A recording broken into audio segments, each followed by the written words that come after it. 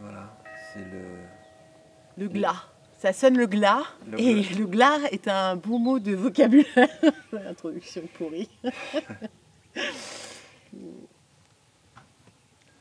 pouvoir mettre les mots précis sur les choses est quelque chose d'essentiel, surtout dans la construction.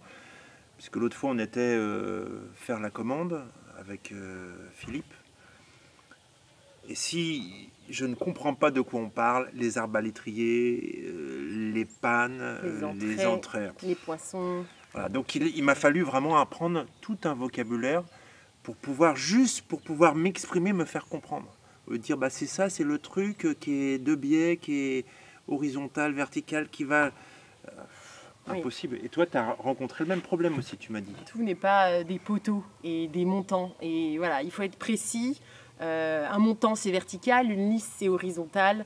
Voilà, en tant qu'archi, on est obligé d'apprendre tous ces vocabulaires qui sont liés un peu à chaque corps de métier, aux différents lots techniques, ou pas techniques, ou lots de gros œuvres, comme la maçonnerie, la charpente.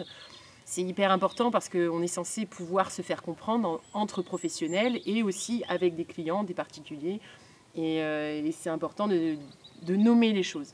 Parce que si on a le mauvais vocabulaire, qu'est-ce qui se passe? Ça engendre de l'incompréhension, des malentendus, des erreurs. Il n'y a pas d'erreur, il y a que des expériences. Et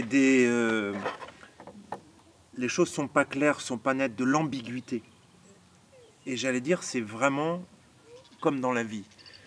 Si je ne suis pas capable de nommer les choses, de nommer mes besoins, de nommer mes valeurs, de nommer mes attentes, de faire une demande claire, précise, qui est compréhensible, eh bien, on va avoir des malentendus. Si je ne dis pas les choses, ça va s'engranger en moi. Et puis, derrière, ça va donner des catastrophes au niveau relationnel, au niveau de l'entente. Il faut s'exprimer clairement et avec les mots qui nous viennent, les mots qu'on ressent. Ça, c'est pour l'ordre de la vie en général. Il faut apprendre à choisir ses mots et aussi poser des mots sur ses émotions. C'est pas toujours facile. Moi, je me rappelle, j'avais imprimé une feuille avec la liste des émotions. Les émotions qui sont trait à la joie, qui ont trait à la peur, à la colère.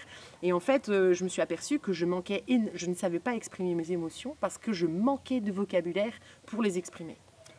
Voilà, donc en fait, on peut ressentir, on peut vivre plein de choses, mais si on ne connaît pas le vocabulaire, on va avoir du mal à l'exprimer. Et donc, moi, ce qui me vient comme leçon de vie, c'est que sur n'importe quel domaine, eh ben, il y a possibilité d'apprendre. Pour pouvoir parler de ce que je voulais dans la charpente du petit cabanon, il a fallu que j'aille sur Internet, que je lise, que je relise, que je m'imprime, que je fasse des dessins pour pouvoir vraiment que ça rentre. Je l'avais déjà fait plus jeune sur les émotions et sur tout ce qui est développement personnel, relations humaines. Et c'est vrai que ça facilite beaucoup les choses. Le fait de nommer aussi les émotions des autres, de nommer ce que l'autre vit, peut lui permettre, si lui ne le connaît pas, eh ben, d'acquiescer. Comme dans la construction, si tu arrives à nommer ce que moi j'essaye de dire, eh ben, ça va me permettre d'être compris. En fait, c'est vraiment, dans n'importe quel domaine, on est dans l'apprentissage d'une langue étrangère. Mon voisin anglais parle très bien français, mais il m'a dit, je parle français dans la construction, je suis capable de tout nommer et de pouvoir correspondre. Quand il s'agit d'autre chose, je me sens un peu perdu parce que je ne sais pas comment on dit les choses. Donc oui, non, c'est très bien. Donc sur ce chemin sur ce chemin de l'apprentissage du vocabulaire pour nommer les choses, pour se faire comprendre, pour savoir ce qu'on veut, parce que le fait de chercher le bon vocabulaire permet aussi, dans l'autre sens, d'éclaircir ce qu'on veut. Oui, parce que quand on fait une commande, il fallait que je traduise un petit peu de quoi on parlait avec le fournisseur. Sinon, il nous amène une commande qui ne correspond pas du tout à ce dont on a besoin et on se retrouve un peu perdu. Donc, ce que je veux dire, c'est que quand tu as le bon vocabulaire, ça te permet de bien nommer les choses. Et pour savoir ce que tu veux, pour savoir ce que tu ressens, quelquefois tu es un peu dans le flou, et le fait de lire le vocabulaire et les différents mots, comme quand on corrige un texte, on cherche des synonymes, on dit Voilà, c'est ça que je veux dire. Et tout d'un coup, l'ambiguïté disparaît. Bah, sur ce chemin de la levée de l'ambiguïté, de la précision... De la compréhension mutuelle. Excellent.